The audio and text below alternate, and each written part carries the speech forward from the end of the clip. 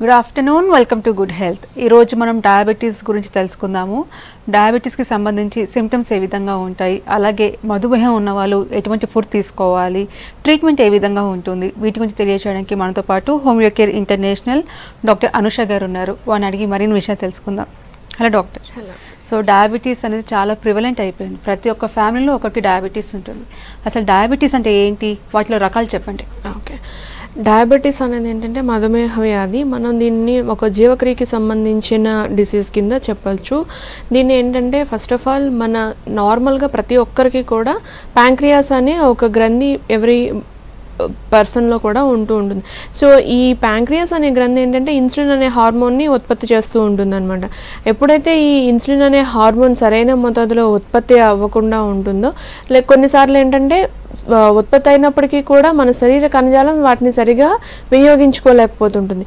ఇలాంటి స్థితిలో ఏమవుతుందంటే మన బ్లడ్లో ఈ చక్కెర స్థాయిలు అనేవి ఎక్కువగా అవుతూ ఉంటాయి. దీన్నే మనం ఈ డయాబెటీస్ కింద చెప్పాల్సి ఉంటుంది. సో ఇందులో ఏంటంటే మనకి రెండు రకాలుగా ఉన్నాయి, టైప్ 1 అండ్ టైప్ 2 డయాబెటీస్ ఉంది. ఈ టైప్ 1 డయాబెటీస్ ఏంటంటే ఇన్సులిన్ డిపెండెంట్ డయాబెటీస్ అని కూడా అంటూ ఉంటారు. దీన్ని జూవెనైల్ డయాబెటీస్ అని కూడా చెప్తూ ఉంటాం. సో ఇందులో ఏంటంటే కంప్లీట్గా మనకి ఏదైతే ఈ ఇన్సులిన్ హార్మోన్ అనేది ఉత్పత్తి అవుతుందో అది కంప్లీట్ యాబ్సెన్స్లో ఉంటుందన్నమాట, ఉత్పత్తి అవ్వకోకుండా ఉండడం. సో ఇది మ్యాక్సిమం మనం ఒక 10% పీపుల్లో మనం టైప్ 1 డయాబెటీస్ని చూస్తూ ఉంటాం. ఎక్కువగా ఇది చిన్నపిల్లల్లో ఎక్కువగా వచ్చే డయాబెటీస్ టైప్ 1 డయాబెటీస్. సో దీన్ని మనం జూవెనైల్ డయాబెటీస్ అని కూడా అంటూ ఉంటాం. దీన్నే అదేవిధంగా ఏంటంటే మనకి టీనేజ్లో అంటే up to 20 years teenage group వాళ్ళల్లో ఎక్కువగా ఈ టైప్ 1 డయాబెటీస్ అనేది వస్తూ ఉంటుంది. సో టైప్ 2 డయాబెటీస్ వచ్చేసరికి నాన్ ఇన్సులిన్ డిపెండెంట్ అనమాట. అంటే శరీర కణజాలం అనేది నార్మల్గా ఈ ప్యాంక్రియాస్ అనేది ఇన్సులిన్ అనే హార్మోన్ని ఉత్పత్తి చేస్తూ ఉంటుంది. బట్ ఏంటంటే మన కణజాలం ఆ ఇన్సులిన్ హార్మోన్ని ఉత్పత్తి అయిన ఇన్సులిన్ హార్మోన్ని సరైన మోతాదులో వినియోగించుకోలేకపోవడం మూలన వచ్చే వ్యాధి అన్నమాట ఇది టైప్ 2. సో ఇందులో ఏంటంటే ఆఫ్టర్ 30 years ఏజ్లో ఉన్న వాళ్ళకి, 30 years అబవ్ ఏజ్లో ఉన్న వాళ్ళకి ఎక్కువగా ఈ టైప్ 2 డయాబెటీస్ అనేది మనం చూస్తుంటాం. ఈ విధంగా ఏంటంటే బేసిక్గా ఇదంతా కూడా ఒక జీవక్రియకి సంబంధించిన ప్రక్రియ కింద చెప్తుంటాం. కొన్నిసార్లు ఏంటంటే మనలో ఉండే ఆటో ఇమ్యూనిటీ వల్ల, అంటే లోపల ఉండే ఇమ్యూన్ బాడీస్ అనేవి, అంటే యాంటీబాడీస్ అనేవి ఎప్పుడైతే ఎగనిస్ట్గా నార్మల్గా ప్రతి ఒక్క డిసీజ్కి ఆపోజిట్గా ఫైట్ చేస్తూ డిసీజ్ని మనకి ఇంకా ఫర్దర్గా ప్రోగ్రెస్ అవ్వకుండా కంట్రోల్లో ఉంచుతుంది. అలా కాకుండా ఇందులో ఏంటంటే ఆటో ఇమ్యూనిటీ మూలాన్ని ఈ డిసీజ్ అనేది ఇంకా ప్రోగ్రెస్ అవ్వడం అలాంటి కండిషన్స్ జరుగుతూ ఉంటాయి. ఓకే, సో డయాబెటీస్ని ఒక మెటబాలిక్ డిజార్డర్గా కన్సిడర్ చేస్తారు. సో వాటి సిమ్టమ్స్ ఏ విధంగా ఉంటాయి? ఇందాక టైప్స్ చెప్పారు, type 1 and type 2. So type 1 సిమ్టమ్స్కి టైప్ 2 సిమ్టమ్స్కి డిఫరెన్సెస్ ఏ విధంగా ఉంటాయి? ఓకే, నార్మల్గా ఏంటంటే టైప్ 1లో అయినా టైప్ 2లో అయినా సిమ్టమ్స్ అనేవి వచ్చేసరికి కామన్గా ఉంటాయి. బట్ మేజర్గా ఏంటంటే ఈ డయాబెటీస్లో చూసుకున్నట్లయితే ఎక్కువగా కామన్ సిమ్టమ్స్ మేజర్గా ఒక 3 చెప్పొచ్చండి. దానిలో ఏంటంటే అధిక అంటే ఎక్కువగా దాహం అనేది ఉంటుంది బాగా, అదేవిధంగా ఆకలి కూడా ఎక్కువగా ఉంటుంది, మూత్ర విసర్జన కూడా ఎక్కువగా ఉంటుంది. సో వీటిని ఏంటంటే అధిక దాహము, అధిక ఆకలి, అధిక మూత్ర విసర్జన ఇలా మనకి మేజర్గా ఈ 3 కాంప్లికేషన్స్ లక్షణాలు అనేవి చూస్తూ ఉంటాం. నాట్ కాంప్లికేషన్స్, లక్షణాల కింద మనం చెప్తూ ఉంటాం. అదేవిధంగా ఏంటంటే నెక్స్ట్ ఫర్దర్గా చూసుకున్నట్లయితే కొంతమందిలో ఏంటంటే బరువు తగ్గిపోవడం ఉంటుంది, కొంతమందిలో బరువు పెరిగిపోతూ ఉంటారు. సో వీక్నెస్ ఉంటుంది, కొంతమందిలో ఏంటంటే అరికాళ్ళలో తిమ్ముర్లు కానీ మంటలు ఉండడము, అదేవిధంగా కొన్ని న్యూరలాజికల్ డిజార్డర్స్ అనేవి రావడము, ఒక్కొక్కసారి ఫర్దర్గా ఇంకా వీటి కాంప్లికేషన్స్లోకి వెళ్ళేసరికి కొన్ని అదర్ సిస్టమ్స్ కూడా డ్యామేజ్ అవుతూ ఉంటాయి అనమాట. మేజర్గా ఏంటంటే సో వాళ్ళు ఫుడ్ ఇంటేక్ అనేది ప్రాపర్గా ఉండేటప్పుడు వాళ్ళకి వీక్నెస్ అనేది సరిగా లేకపోతే నార్మల్ హెల్తీ కండిషన్లో ఉంటారు. ఎప్పుడైతే ఈ మొత్తం ఈ జీవక్రియ అనేది డిస్టర్బ్ అవుతూ ఉంటుందో కామన్గా మనకి నెక్స్ట్ ఇమీడియట్ సిమ్టమ్ వీక్నెస్ అనేది ఉంటుంది. సో ఈ విధంగా ఏంటంటే ఆ 3 లక్షణాలతో పాటు వీక్నెస్ అనేది, తిమ్ముర్లు, మంటలు రావడం ఇలాంటివన్నీ ఉంటాయి. ఓకే, సో డయాబెటీస్ వచ్చినప్పుడు చాలామంది ప్యానిక్ అవుతారు. అంటే డయాబెటీస్ కన్నా డయాబెటీస్ వల్ల వచ్చే కాంప్లికేషన్సే చాలా అంటే వి కాంట్ బేర్ అని చెప్తూ ఉంటారు. సో ఎటువంటి కాంప్లికేషన్స్ వస్తాయి? నార్మల్గా ఏంటంటే డయాబెటిక్లో అంటే కొంతమందిలో ఏంటంటే లాంగ్ రన్లో కూడా క్రానిక్ కండిషన్స్ ఉంటుంటాయి. కొంతమంది ఏంటంటే వాళ్ళు ఫస్ట్ అంటే కొంతకాలం వరకు, కొన్ని మంత్స్ వరకు కూడా వాళ్ళు మెడికేషన్ తీసుకొని తర్వాత ఆఫ్ చేస్తుంటారు, ఎందుకంటే నార్మల్ లెవెల్స్లోకి వచ్చేసే కంట్రోల్ అయిపోయింది అని. బట్ ఏంటంటే అలా చేయడం మూలాన ఏంటంటే ఫర్దర్గా వాళ్ళకి కాంప్లికేషన్స్తో పాటు ఈ కాంప్లికేషన్స్లో చూసుకున్నట్లయితే మనకి మేజర్గా 4 నార్మల్గా ఏంటంటే డయాబెటిక్ ఆర్థరైటిస్ కూడా వస్తుంది మనకి, అంటే కీళ్ళ నొప్పులు కానీ కీళ్ళవాతం కానీ రావచ్చు. అదేవిధంగా ఏంటంటే నెక్స్ట్ ఇమీడియట్ ఎఫెక్ట్ అంటే మనకి న్యూరలాజికల్ డిజార్డర్, అంటే ఏ విధంగానైనా చూసుకున్నట్లయితే నర్వ్స్ అనేవి ఇబ్బందికి గురవునప్పుడు కామన్గా మనకి డయాబెటిక్ న్యూరోపతి అని చెప్పి అంటూ ఉంటాం. దానిలో ఏంటంటే మనకి ఆల్రెడీ సిమ్టంలో చెప్పుకున్నాం మనం, తిమ్మిర్లు కానీ మంటలు కానీ వస్తూ ఉంటాయని. దీనిలో ఏంటంటే ఈ తిమ్మిర్లు మంటలు రావడానికి మేజర్ ఎఫెక్ట్ నెర్వ్స్ మీద పడుతుంది కాబట్టి diabetic neuropathy. Next diabetic nephropathy, kidneys పైన కూడా కొంత ఎఫెక్ట్ అనేది ఉంటుంది. దీన్ని మనం డయాబెటిక్ నెఫ్రోపతిగా చెప్తుంటాం. అదేవిధంగా ఏంటంటే కంటి చూపు మందగించడం కానీ, లేకపోతే మసగ్గా కనిపించడం, బ్లరింగ్ ఆఫ్ విజన్ ఉండడం కానీ, ఇలాంటివన్నీ కూడా కొన్ని కాంప్లికేషన్స్లో వస్తూ ఉంటాయి ఈ డయాబెటీస్ ఉన్న వాళ్ళలో. దీన్ని మనం ఏంటంటే డయాబెటిక్ రెటినోపతి అని చెప్పి అంటూ ఉంటాం. సో ఇవన్నీ కూడా డయాబెటిక్ రెటినోపతి, న్యూరోపతి, ఇలా ఏంటంటే ఈ కామన్గా కాంప్లికేషన్స్ కింద డయాబెటీస్కి ఇవన్నీ ఉంటాయి. అదేవిధంగా ఫర్దర్గా కూడా కొంతమంది ఏంటంటే కొంతమంది హైపర్ టెన్షన్తో సఫర్ అవుతూ ఉంటారు. వాళ్ళల్లో కూడా ఏంటంటే ఈ హైపర్ టెన్షన్తో పాటు డయాబెటీస్ ఉండొచ్చు, లేదా అదర్ హార్మోనల్ ఇంబ్యాలెన్స్ ఏదైనా ఉన్నప్పటికీ ఫర్దర్గా థైరాయిడ్ కానీ ఏ విధంగానైనప్పటికీ ఏంటంటే బాడీలో హార్మోనల్ ఇంబ్యాలెన్స్ స్టార్ట్ అయింది అంటే అది ఏ విధంగానైనా ఒక వ్యక్తిని దెబ్బతీయడానికి చాలా అవకాశాలు అనేవి ఉంటాయి.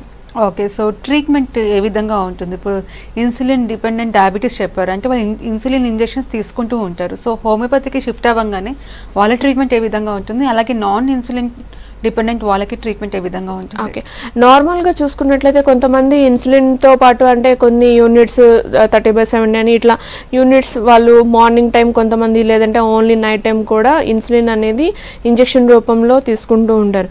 సో కొంతమంది ఏంటంటే ఆల్రెడీ ఇంజెక్షన్తో పాటు గ్లైకోమట్ కానీ ఇట్లా టాబ్లెట్స్ కూడా యూజ్ చేస్తూ ఉంటారు.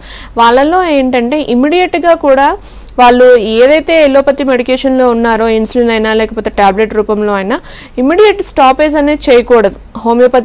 ఇప్పుడు హోమియోపతిలోకి వాళ్ళు వచ్చినా సరే కొంతవరకు కూడా సైమల్టేనియస్గా రెండు ఫర్దర్గా యూజ్ చేయాల్సి ఉంటుందన్నమాట, కొన్ని నెలల వరకు కూడా.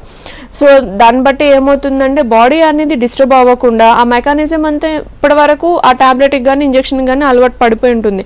సో వెంటనే సడన్ స్టాపేజ్ ఉండడం వల్ల కొలాప్స్ అయ్యే ఛాన్స్ ఉంటుంది. కాబట్టి హోమియోపతి మెడిసిన్తో పాటు మనం ఏంటంటే ఆ టాబ్లెట్ కానీ ఇంజెక్షన్స్ కానీ ఇన్సులిన్ తీసుకోవాల్సి ఉంటుంది. ఫర్దర్గా ఏంటంటే గ్రాడ్యువల్గా మనం వాల్యూస్ అనేవి తగ్గుతూ వస్తూ ఉంటాయి. అదేవిధంగా మనకి సిమ్టమాటిక్ చేంజెస్ కూడా ఉంటుంది. కాబట్టి మనం ఫర్దర్గా ఏంటంటే ఆ ఇన్సులిన్ అనే మోతాదుని మనం డోసేజ్ని తగ్గించుకుంటూ అప్పుడు ఓన్లీ హోమియోపతి మీద రన్ అవడానికి ఛాన్స్ అనేది ఉంటుంది. ఆ విధంగా ట్రీట్మెంట్ అనేది ఇవ్వడం జరుగుతుంది. ఓకే, నిజామాబాద్ నుంచి కాలర్ ఉన్నారు. హలో శ్రీనివాస్ గారు, నమస్తే అండి. నమస్తే అండి, ప్రాబ్లం చెప్పండి. మేడం, నాకు కొద్దిగా ఛాతీ కింద మంట లెక్క వచ్చి ఎన్నులో నొప్పి వస్తుంది. ఓకే అండి, ఎన్నాళ్ళ నుంచి ఉంది? ఇది 2 years అవుతుందండి. ఓకే, అది ఏం ప్రాబ్లం మరి? గ్యాస్ట్రిక్ అంటారు, గ్యాస్ట్రిక్ ప్రాబ్లం. ఒకసారి ఎండోస్కోప్ వేయించిన అల్సర్ అని, దాంట్లో ఏం లేదు. ఓకే అండి, అయితే సాయంత్రం అయిందంటే బాగా అంతా ఏదో అయిపోయినట్టు అట్లా అయిపోతుంది, మంట లెక్క వస్తూనే ఉంటుంది, ఎప్పుడు చూడు అంతే ఉంటుంది. అది మరి ఏం ప్రాబ్లం అని. మెడిసిన్స్ ఏమైనా వేసుకుంటున్నారా అండి ఇప్పుడు? మెడిసిన్స్ ఇప్పుడు ఏం వేసుకుంటలేదు. కొద్ది రోజులు ఫస్ట్ 2 years కింద వేసుకున్నా, తర్వాత నుంచి బంద్ చేసిన, వేస్తలే. ఓకే, ఇప్పుడు మీరు అంటే ఆహారం అనేది ఆహారపు అలవాట్లు ఎలా ఉంటుంది? టైం సరికి తీసుకుంటున్నారా మీరు? ఆహారం అది కొద్దిగా మనకు ఆకలి లెక్క వచ్చినప్పుడు తొందరగా తింటేనే అప్పుడు కొద్దిగా రిలీఫ్ ఉంటుంది, తర్వాత మళ్ళా మంట కింద నచ్చేస్తుంది. టైం సరికి తీసుకుంటున్నారండి ఫుడ్ మీరు? టైం సార్ తీసుకుంటున్నా, మధ్యాహ్నం 3 పూటలు టైం సార్ తీసుకుంటున్నా. ఓకే, సో జనరల్గా ఏంటంటే మీకున్న ఇప్పుడు మీరు చెప్పిన లక్షణాలను బట్టి మీకున్న గ్యాస్ట్రైటిస్ కింద చెప్పడం జరుగుతుందండి.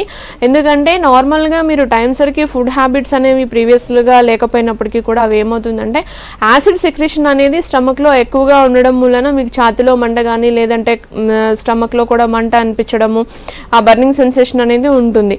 సో ఎప్పుడైతే మీరు ఫుడ్ అనేది తీసుకుంటారో అంటే కొంత ఫుడ్ అనేది లోపలికి వెళ్ళినప్పుడు సో ఆ సెక్రిషన్స్ అనేవి ఏవైతే ఉత్పత్తి అవుతూ ఉంటాయో ఈ ఫుడ్ని ఎసిమిలేట్ చేసుకోవడం వలన కొంత మీకు ఆ బర్నింగ్ సెన్సేషన్ కానీ లేకపోతే నొప్పి కానీ తగ్గే అవకాశం అనేది ఉంటుంది. సో ఖచ్చితంగా మీకున్న ప్రాబ్లం గ్యాస్ట్రైటిస్ ఏనండి. ఒకసారి మీరు అంటే ఎండోస్కోపీ రిపోర్ట్స్ కూడా మీ దగ్గర ఉన్నాయని చెప్పారు కదా, సో ఆ రిపోర్ట్స్ అన్ని తీసుకొని ఒకసారి హోమియోకేర్ బ్రాంచ్ని సంప్రదించండి సార్. మీకు ఇంకా ఫర్దర్గా ఏంటి ప్రాబ్లం అనేది క్లియర్ కట్గా చెప్పే అవకాశం ఉంటుంది. ఓకే డాక్టర్, సో ఫుడ్ విషయంలో ఎటువంటి కేర్ తీసుకోవాలంటారు? చాలామంది రైస్ వల్ల షుగర్ లెవెల్స్ పెరుగుతాయని కంప్లీట్గా రైస్ అవాయిడ్ చేస్తారు. అంటే ఫ్రూట్స్ వల్ల కూడా sugar levels up and down అవుతాయని కొన్ని ఫ్రూట్స్ తినకుండా మానేస్తారు. సో ఎటువంటి ఫుడ్ తీసుకోవాలంటారు? ఓకే, జనరల్గా ఏంటంటే మనకి రైస్ అనేది కార్బోహైడ్రేట్, స్టార్చ్ కంటెంట్ ఉంటుంది కాబట్టి మ్యాక్సిమం ఏంటంటే ఎక్కువగా కొంతమంది 3 పూట్ల మార్నింగ్, ఆఫ్టర్నూన్, నైట్ కూడా రైస్ తినే వాళ్ళు ఉంటారు. సో అలాంటి వాళ్ళు ఏంటంటే డెఫినెట్గా వాళ్ళు రైస్ అనేది ఓన్లీ 1 టైం తీసుకోవడం కానీ అట్లా చేంజ్ చేసుకోవాల్సి ఉంటుంది. అదేవిధంగా ఫ్రూట్స్, ప్రతి ఒక్క ఫ్రూట్లో కూడా ఏంటంటే ఇప్పుడు యాపిల్లో కూడా స్టార్చ్ కంటెంట్ ఎక్కువగా ఉంటుంది. అది తీసుకోవడం వలన కూడా మనకి నార్మల్గా ఈ షుగర్ లెవెల్స్ పెరిగే అవకాశం ఉంటుంది, గ్లూకోజ్ పెరిగే అవకాశం ఉంటుంది. కాబట్టి సో డెఫినెట్గా ఏంటంటే ఏ ఫుడ్ తీసుకున్నప్పటికీ కూడా ఇప్పుడు సపోజ్ యాపిల్లే తీసుకునేటప్పుడు దాన్ని ఏంటంటే ఒక 4 పార్ట్స్ చేసుకొని కొంచెం కొంచెం ఎక్కువ సార్లు తింటే, అంటే ఒకటేసారి మనకి ఎస్టిమేషన్ అయిపోయి డైజెషన్ అయిన తర్వాత కూడా ఎనర్జీ లెవెల్స్ అనేవి ఒకటేసారి ఖర్చు అవ్వకోకుండా క్యాలరీస్ అనేవి స్టోర్ అవుతాయి కొంచెం కొంచెం తీసుకునేటప్పుడు. సో అలాంటప్పుడు ఏంటంటే ఇమీడియట్గా వాళ్ళకి ఎనర్జీ లాస్ ఉండదు. నెక్స్ట్ దానివల్ల ఏంటి, ఇమీడియట్ స్వెట్టింగ్ కానీ షివరింగ్ కానీ వస్తూ ఉంటుంది. అంటే షుగర్ లెవెల్స్ అనేవి డౌన్ అయిపోవడం కానీ ఇట్లాంటిది ఉంటుంది. కాబట్టి మనం ఏ ఆహారం తీసుకున్నా కొన్ని రకాల ఫ్రూట్స్ అనేవి తీసుకోవచ్చండి, ఇబ్బంది ఏం లేదు. కొంతమంది ఏంటంటే అది కూడా స్వీట్గానే ఉంటుంది కదా, దాని మూలన కూడా డయాబెటీస్ వస్తుంది అనే అపోహతోనే ఉన్నారు. సో అది కొంతవరకు కరెక్టే అండి. కొన్ని రకాల ఫ్రూట్స్ తీసుకోవడం మూలన డెఫినెట్గా ఇప్పుడు సపోజ్ ఈ ఎగ్జాంపుల్ యాపిల్ తీసుకోవడం మూలన ఈ షుగర్ లెవెల్స్ అనేవి పెరుగుతాయి అని అనడంలో కూడా అది కొంతవరకు కరెక్టే ఉంది. సో కొంచెం కొంచెం ఎక్కువ సార్లు తీసుకోవచ్చు. హెల్దీ ఫుడ్ తీసుకున్నప్పటికీ కూడా ఈవెన్ లంచ్లో అయినా సరే ఎక్కువ క్వాంటిటీ ఒకటేసారి తీసుకోకుండా తక్కువ మోతాదులో ఎక్కువ సార్లు తీసుకోవచ్చు. అదేవిధంగా ప్లెంటీ ఆఫ్ వాటర్ కూడా తీసుకున్నట్లయితే కంప్లీట్ షుగర్స్ అనేవి అవాయిడ్ చేయాలి. సో ఈ చక్కెర స్థాయిలో ఉండే ఏవైతే ఉండే స్వీట్స్ కానీ ఇవన్నీ కంప్లీట్గా అవాయిడ్ చేసుకుంటూ మెయింటైన్ చేసినట్లయితే నార్మల్గా ఈ షుగర్ లెవెల్స్ అనేవి కూడా కంట్రోల్ అయ్యే ఛాన్స్ ఉంది. ఓకే, మెదక్ నుంచి కాలర్ ఉన్నారు. హలో, నమస్తే మేడం. నమస్తే అండి, నరేష్ గారు చెప్పండి, ప్రాబ్లం చెప్పండి. మేడం నమస్తే అండి. నమస్తే అండి, చెప్పండి. మేడం మా మ్యారేజ్ అయ్యి 6 years అవుతుంది మేడం. ఓకే. అయితే మా మేడం వాళ్ళ ఫాదర్ కి కొద్దిగా షుగర్ ఉంది మేడం. దానివల్ల ఇప్పుడు మా మేడం కూడా షుగర్ వచ్చింది. ఓకే. అయితే మాకు ఫర్టిలిటీ ప్రాబ్లం ఏమైనా ఉంటుందా మేడం? ఓకే, డెఫినెట్గా ఉండొచ్చండి. ఎందుకంటే హార్మోనల్ ఇంబ్యాలెన్స్ ఉండడం మూలన దాని ఎఫెక్ట్ అనేది నార్మల్గా ఈ ఫెర్టిలిటీకి కూడా దారి చేసే ఛాన్స్ అనేది ఉంటుంది. కాబట్టి సో మీకు కొంతవరకు కూడా హార్మోన్స్ అనేవి బ్యాలెన్స్డ్ కండిషన్లో ఉంటూ రెగ్యులర్ పీరియడ్స్ అనేవి మెయింటైన్ అవుతూ ఉన్నట్లయితే ఖచ్చితంగా కన్సీవ్ అయ్యే ఛాన్సెస్ అనేవి ఉంటాయండి. సో మీరు ఇప్పట్లోనే అంటే ఆఫ్టర్ అంటే ప్రజెంట్ ఇప్పుడు ఆమెకి లేకపోయినా సరే ఫర్దర్గా కూడా ఏంటంటే ఇప్పుడు ఆల్రెడీ డయాబెటిక్ ఆవిడ. సో డెఫినెట్గా దాని ఎఫెక్ట్ కూడా కొంతవరకు ఉంటుంది. అదేవిధంగా ఏంటంటే కొన్ని రకాల ఈ విధంగా మనకి ఈ కాన్స్టిట్యూషనల్ మెడికేషన్ తీసుకోవడం వల్ల ఏంటంటే ఫర్టిలిటీ ఉండటానికి అవకాశం అనేది ఎక్కువగా ఉంటుంది. ఓకే డాక్టర్, సో చాలామంది ట్రీట్మెంట్ కరెక్ట్గానే మెడిసిన్ వాడుతున్నాము, వాకింగ్ కూడా చేస్తున్నాము, డైట్ విషయంలో కూడా కేర్ తీసుకుంటున్నాము, కానీ sugar levels up and down అవుతున్నాయి. అసలు రీజన్స్ ఏంటంటే ఎక్కడ ఏ విషయంలో కేర్ తీసుకోవాలంటారు? ఓకే, జనరల్గా ఏంటంటే కొంతమంది పీపుల్ ఏంటంటే అన్నీ మీరు అన్నట్టుగా అన్నీ నార్మల్గా మెయింటైన్ చేస్తున్నాము అని అంటూ ఉంటారు. బట్ ఏంటంటే వాళ్ళకి ఏంటంటే అధికంగా ఎవరైతే మానసికంగా కానీ శారీరకంగా కానీ ఒత్తిడికి గురవుతూ ఉంటారో, అంటే స్ట్రెస్ లెవెల్స్ అనేవి ఎక్కువగా ఎవరిలో ఉంటాయో వాళ్ళల్లో డెఫినెట్గా ఏంటంటే వాళ్ళు ఎంత నార్మల్గా ఈ మెడిసిన్స్ కానీ లేకపోతే డైట్ కానీ ఎక్సర్సైజ్ అన్నీ మెయింటైన్ చేసినప్పటికీ కూడా వాళ్ళకి షుగర్ లెవెల్స్ అనేవి పెరిగే అవకాశం ఉంటుంది. అదేవిధంగా అదర్ హార్మోనల్ ఇంబ్యాలెన్స్ కూడా దారితీసే అవకాశం ఉంటుంది. సో ఇలాంటి ఒత్తిడికి ఎక్కువగా గురైనప్పుడు అదర్ ఆటో ఇమ్యూన్ డిసీజెస్ కానీ సోరియాసిస్ కానీ ఆర్థరైటిస్ ఇట్లాంటి కాంప్లికేషన్స్ కూడా వచ్చే అవకాశం ఉంటుంది.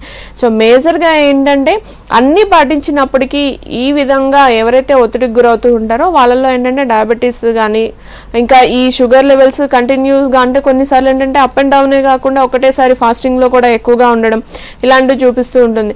లేదా ఏంటంటే కొంతమంది ఒక్కొక్కసారి ఇంటాలరెన్స్గా ఉండి కొన్ని ఫంక్షన్స్కి వెళ్ళినప్పుడు వాళ్ళ డైటరీ హ్యాబిట్స్ కానీ లేదంటే ప్రాపర్ స్లీప్ అనేది అన్నీ మెయింటైన్ చేసినప్పటికీ ప్రాపర్ స్లీప్ లేకపోయినా సరే వాళ్ళకి ఎఫెక్ట్ చాలా ఎక్కువగా ఉంటుంది. ఓకే, నెక్స్ట్ కాల్ తీసుకుందాము. హలో, హలో, నమస్తే అండి, నమస్తే మేడం. చెప్పండి, ప్రాబ్లం చెప్పండి. హలో, చెప్పండి, మీ సమస్య చెప్పండి. మేడం చెప్పండి సార్, మీ సమస్య ఏంటో చెప్పండి, వింటున్నాను. టీవీ వాల్యూమ్ తగ్గించి మాట్లాడండి. మేడం నమస్తే మేడం, మాది నెల్లూరు డిస్ట్రిక్ట్ మేడం. ఓకే అండి, సమస్య ఏంటో చెప్పండి సార్.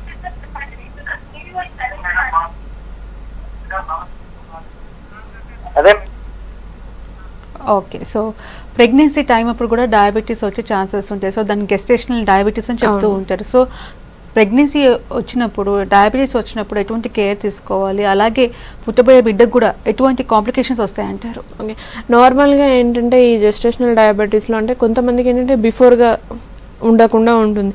సో ఈ డ్యూరింగ్ ప్రెగ్నెన్సీ అనేది థైరాయిడ్ కానీ డయాబెటీస్ కానీ వచ్చే ఛాన్స్ అనేది ఉంటుంది. సో దీనిలో ఏంటంటే ఆఫ్టర్ డెలివరీ అవి నార్మల్గా మళ్ళీ మిస్ అయ్యే ఛాన్స్ అనేది ఉంటుంది. ఫర్దర్గా ప్రోగ్రెస్ అవ్వకోకుండా కూడా కంట్రోల్ అయిపోతూ ఉంటాయి. కొంతమందిలో ఏంటంటే ఆ డయాబెటిక్ లెవెల్స్ అనేవి పెరిగిపోతూ ఉంటాయి. సో అంటే ఫర్దర్గా ప్రోగ్రెస్ అయిపోతూ ఉంటుంది. వీళ్ళలో ఏంటంటే ఫస్ట్లోనే అంటే నార్మల్లోనే కూడా ఏంటంటే ఎవ్రీ మంత్ వాళ్ళకి ఖచ్చితంగా గైనకాలజిస్ట్ చెకప్స్ ఉంటాయి కాబట్టి సో ఈ షుగర్ వాల్యూస్కి కూడా ఫస్ట్ తొలి దశలోనే మనం మెడికేషన్ అనేది తీసుకోవాల్సి ఉంటుంది. ఈ విధంగా మెయింటైన్ చేసినట్లయితే ఫర్దర్గా కూడా ప్రోగ్రెస్ అవ్వకోకుండా అంటే నెగ్లెక్ట్ చేయకుండా, అదేవిధంగా ఫుడ్లో కూడా వాళ్ళు కేర్ తీసుకున్నట్లయితే, ఫిజికల్గా ఎక్సర్సైజ్ కూడా ఉన్నట్లయితే వాళ్ళకి నార్మల్గా వచ్చే ఛాన్స్ ఉంటుంది. ఫర్దర్గా కూడా ప్రోగ్రెస్ అవ్వకుండా ఉంటుంది. సో ఈవెన్ ఇప్పుడు ఏంటంటే పుట్టబోయే పిల్లలకి అని అంటే మనం ఆల్రెడీ అండర్ ట్రీట్మెంట్లో ఉంటాం. బట్ ఏంటంటే వాళ్ళకి మేబీ రావచ్చు, మనం ఎంత కేర్ తీసుకున్నా సరే కొన్ని సందర్భాల్లో వాళ్ళకి వచ్చే అవకాశం కూడా ఉంటుంది. ఎందుకంటే హెరిడిటరీగా మదర్కి ఉంది కాబట్టి ఆ జీన్స్ ట్రాన్స్ఫర్ అవుతే ఆటోమేటిక్గా వస్తుంది. సో ఆ విధంగా కేర్ తీసుకున్నప్పటికీ కొన్ని సందర్భాల్లో మనకి పుట్టే పిల్లల్లో కూడా వచ్చే అవకాశం ఉంటుంది. ఓకే, నిజామాబాద్ నుంచి కాల్ ఉన్నారు. Hello. Hello, good afternoon madam. Good afternoon అండి, చెప్పండి, ప్రాబ్లం చెప్పండి. మేడం, మా మమ్మీకి షుగర్ ఉంది. ఓకే, అయితే మా మమ్మీ 3 times కూడా మీల్స్ తీసుకుంటారు, చపాతీ అనేది తీసుకోరు. ఓకే, అయితే వెజిటేబుల్ తినాలా ఫుడ్ లో, లేకపోతే ఏం తినాలి? అది బనానా అవన్నీ, పొటాటో తినొచ్చా? ఓకే అమ్మా, ఇప్పుడు మెడికేషన్లో ఉన్నారా, మీరు ట్రీట్మెంట్లో ఉన్నారా? అవును, ఓకే, ట్రీట్మెంట్ తీసుకుంటుంది, ఇంగ్లీష్ మందులు తీసుకుంటుంది. అయితే మేడం నేను కూడా హోమియో కేర్ లో సైనస్ ఉందని చూపించుకున్నా. 2-3 months నుండి టాబ్లెట్స్ యూజ్ చేస్తున్నా సైనస్ కి. కానీ మేడం నాకు అసలు సైనస్ కి ఏది కూడా అసలు ఇట్లా ఇంప్రూవ్ అయినట్టు అనిపిస్తలేదు మేడం. ఎలా ఉందో అలానే ఉంది. మళ్ళీ బ్రాంకైటిస్ కూడా ఉన్నట్లుంది మేడం. ఓకే అమ్మా, ఎన్నేళ్ళ నుంచి మీకు ఉంది బ్రాంకైటిసా? మీకు ఎన్నేళ్ళ నుంచి సఫరింగ్ ఉంది? ఎప్పటి నుంచి మందులు వాడుతున్నారు? నాకు మేడం 2 years నుండి సైనస్ ఉంది. సైనస్ మారుతున్నా, సార్కి చెప్పిన. అది మేడం నాకు ఈ మంత్ లోనే 2 times టైఫాయిడ్ వచ్చింది. 2 months కింద టైఫాయిడ్ వచ్చింది, మళ్ళీ ఇప్పుడు టైఫాయిడ్ వచ్చింది. ఓకే అమ్మా, అయితే నాకు చూపించుకున్నది 2 months 2.5 months నుండి టాబ్లెట్ యూజ్ చేస్తున్నా. ఓకే, తగ్గుతలేదు హోమియో కేర్ నుండి. ఓకే, అదే మరి ఎట్లా మేడం, తగ్గుతుందా? ఓకే అమ్మా, సో మీ సఫరింగ్ అనేది ఏంటంటే 2 years నుంచి లాంగ్ రన్ లో ఉంది. అంటే మీరు క్రానిక్ కండిషన్ లో ఉన్నట్టుండి ఏంటంటే మీరు ఇప్పుడు ఆల్రెడీ 2 months నుంచి 3 months నుంచి మెడికేషన్ తీసుకుంటున్నారు హోమియో కేర్ లో. దీని మూలన ఏంటంటే మీకు మీరు చెప్పే కంప్లైంట్ ఏంటంటే ఇప్పటి వరకు కూడా మీకు ఎటువంటి ఎఫెక్ట్ అనేది కనిపించలేదు మెడిసిన్స్ యూజ్ చేసిన తర్వాత కూడా. సో మీలో ఏంటంటే ఇమ్యూన్ లెవెల్స్ అనేవి నార్మల్ గా ఉండే కండిషన్ లో కంటే బాగా దెబ్బతిని ఉండడం మూలన మనకి ప్రీవియస్గా మీరు చాలా మెడికేషన్స్ యూజ్ చేశారు. సో కొంత టైం అనేది పడుతుందమ్మా. మీకు మెడికేషన్ అనేది ఇలా కంటిన్యూ చేసుకున్నట్లయితే డెఫినెట్గా మీకు ఆ ఇమ్యూన్ లెవెల్స్ అనేవి పెరిగే అవకాశం ఉంటుంది. నార్మల్గా మీకు తరచుగా ఈ కోల్డ్ కానీ రీసెంట్గా ఇప్పుడు టైఫాయిడ్ కూడా వచ్చిందని చెప్తున్నారు, దాని మూలన కూడా మీకు కొంత ఎఫెక్ట్ అనేది ఉంటుంది. కాబట్టి బ్యాలెన్స్ అయ్యే ఛాన్స్ ఉంటుంది, ప్రాబ్లం ఏం లేదు. అదేవిధంగా మీ మదర్ విషయంలో కూడా ఫుడ్ అనేది ఏంటంటే నార్మల్గా కొంతవరకు అవాయిడ్ చేయడానికి ట్రై చేయండి అమ్మా. రైస్ అనేది ఈవెన్ మీరు అదర్ రోటీ అంటే ఏదైనా ఫర్దర్గా కూడా నార్మల్ టిఫిన్ రూపంలో కానీ చపాతీ అట్లాంటివి తీసుకునేటట్టు చూసుకోండి. ఎందుకంటే ఆ స్టార్చ్ కంటెంట్ అనేది ఎక్కువగా ఉండడం మూలన గ్లూకోజ్ లెవెల్స్ అనేవి పెరిగే అవకాశం ఉంటుంది. 3 పూట్ల కూడా రైస్ తీసుకుంటున్నారు అని చెప్తున్నారు. అదేవిధంగా ఏంటంటే పొటాటో కూడా కొంచెం తగ్గించి తీసుకోండి, అందులో కూడా స్టార్చ్ కంటెంట్ ఎక్కువగా ఉంటుంది, కార్బోహైడ్రేట్స్ ఉంటాయి. కాబట్టి ఫర్దర్గా ప్రోగ్రెస్ అయ్యే అవకాశం అనేది ఉంటుంది డెఫినెట్గా. ఓకే డాక్టర్, సో జనరల్గా షుగర్ లెవెల్స్ అనేవి ఎంతలో ఉండాలంటారు? చాలామంది మామూలుగా ఆర్బీఎస్ చేయించుకుంటారు, తర్వాత మళ్ళీ వేరేవి చేయించుకుంటారు, కానీ వాళ్ళు కూడా కరెక్ట్గా తెలియదు అంటే ఎంత ఉంటే ఎంత షుగర్ ఉన్నట్టు. సో దాని గురించి క్లారిటీ ఇవ్వండి. ఓకే, నార్మల్గా ఏంటంటే మనకి కొన్ని రకాల ఇన్వెస్టిగేషన్స్ మూలన మనకి ఈ షుగర్ ఉందా లేదా అని మనం నిర్ధారణలోకి వస్తూ ఉంటాం. సో దీనిలో బేసిక్గా ఏంటంటే ఆర్బిఎస్ చూసుకున్నట్లయితే ఏంటంటే మనకి ఫుడ్తో రిలేషన్ లేకుండా, అంటే సపోజ్ మార్నింగ్ అంటే ఫాస్టింగ్లో బ్లడ్ షుగర్ చూస్తూ ఉంటాం, అదే పోస్ట్ లంచ్లో కూడా చూస్తుంటాం. ఆర్బిఎస్ ఏంటంటే ర్యాండమ్గా ఎప్పుడైతే అప్పుడు ఏ టైంలో అయినా సరే మనం ఈ షుగర్ లెవెల్స్ అనేవి చెక్ చేయించుకోవచ్చు. అంటే ఇర్రెస్పెక్టివ్ ఆఫ్ డైట్తో పాటు. అదే కాకుండా ఏంటంటే మనకి ఈ ఎఫ్బిఎస్ అనేది ఫాస్టింగ్ బ్లడ్ షుగర్. బిఫోర్గా ఏంటంటే 10 to 12 hours ఫుడ్ మనకి తీసుకోకుండా ఫాస్టింగ్లో ఉంటూ మార్నింగ్ అవర్స్లో మనం ఈ రిపోర్ట్ అనేది తీసుకుంటూ ఉంటాం, ఈ శాంపిల్ కలెక్ట్ చేసుకుంటూ ఉంటారు. దీన్నే మనం ఫాస్టింగ్ బ్లడ్ షుగర్ కింద చెప్తూ ఉంటాం. ఇది ఏంటంటే నార్మల్ రేంజ్ మెయింటైన్ చేయాలంటే జనరల్ కండిషన్లో ఏంటంటే 70 to 110 వరకు కూడా మనం ఎఫ్బిఎస్ అనేది నార్మల్ రేంజ్ వరకు అంటే యావరేజ్గా ఉంటుంది. సో ఎప్పుడైతే 110 దాటింది అని అంటే వాళ్ళు ఖచ్చితంగా డయాబెటిక్, ఫాస్టింగ్లో వాళ్ళకి డయాబెటీస్ లెవెల్స్ అనేవి ఎక్కువగా ఉన్నాయి, షుగర్ లెవెల్స్ అని చెప్తూ ఉంటాం. అలా కాకుండా 100 వరకు కూడా కొంతమంది మెయింటైన్ అవుతూ ఉంటారు, అంటే అబౌవ్ 90, 100 వరకు కూడా. వాళ్ళలో ఏంటంటే 100కి వాళ్ళు రీచ్ అయ్యారు అని అంటే ప్రోన్ టు గెట్ డయాబెటిక్ అనమాట. సో వాళ్ళని మనం ప్రీ డయాబెటిక్ కింద చెప్తూ ఉంటారు. అదేవిధంగా పిఎల్బిఎస్ అని అంటే post lunch blood sugar. So తిన్న తర్వాత టిఫిన్, బ్రేక్ఫాస్ట్ కానీ ఏదైనా ఫుడ్ తీసుకున్న ఒక 2 to 3 hours తర్వాత మనం ఈ శాంపుల్ అనేది కలెక్ట్ చేసుకున్నట్లయితే దాన్ని మనం ఏంటంటే పోస్ట్ లంచ్ బ్లడ్ షుగర్ కింద చెప్తూ ఉంటాము. దీని నార్మల్ వాల్యూస్ అప్ టు 160 వరకు మెయింటైన్ అవుతూ ఉంటాయి. అబోవ్ 160 ఉన్నట్లయితే వాళ్ళల్లో కూడా ఆఫ్టర్ పోస్ట్ లంచ్లో కూడా వాళ్ళకి షుగర్ వాల్యూస్ ఎక్కువగా ఉన్నట్టు. అదే కాకుండా ఈ 3 months యావరేజ్ అని చెప్పి మనకి షుగర్ వాల్యూస్ ఉంటుంటాయి. దీనిలో ఏంటంటే మనకి HbA1c అని చెప్తూ ఉంటాము. దీనిలో 3 months యావరేజ్ బిల్లింగ్ మనం మొత్తం అంతా కూడా వచ్చేస్తుంది, ఎలా ఉంది, ప్రీవియస్గా మనకి ఎంత నోట్ అయింది అదంతా కూడా. సో దాని వలన మనం ఇలాంటి ఇన్వెస్టిగేషన్స్ చేయించుకోవడం వలన మనకి షుగర్ లెవెల్స్ ఎంతవరకు ఉన్నాయని నిర్ధారించవచ్చు. సో ఓవరాల్గా డయాబెటీస్కి సంబంధించి హోమియోపతిలో మంచి ట్రీట్మెంట్ అందుబాటులో ఉందని చెప్తున్నారు. థ్యాంక్ యూ సో మచ్ అండి. ఇది ఇవాల్టి good health. Keep watching V6 news.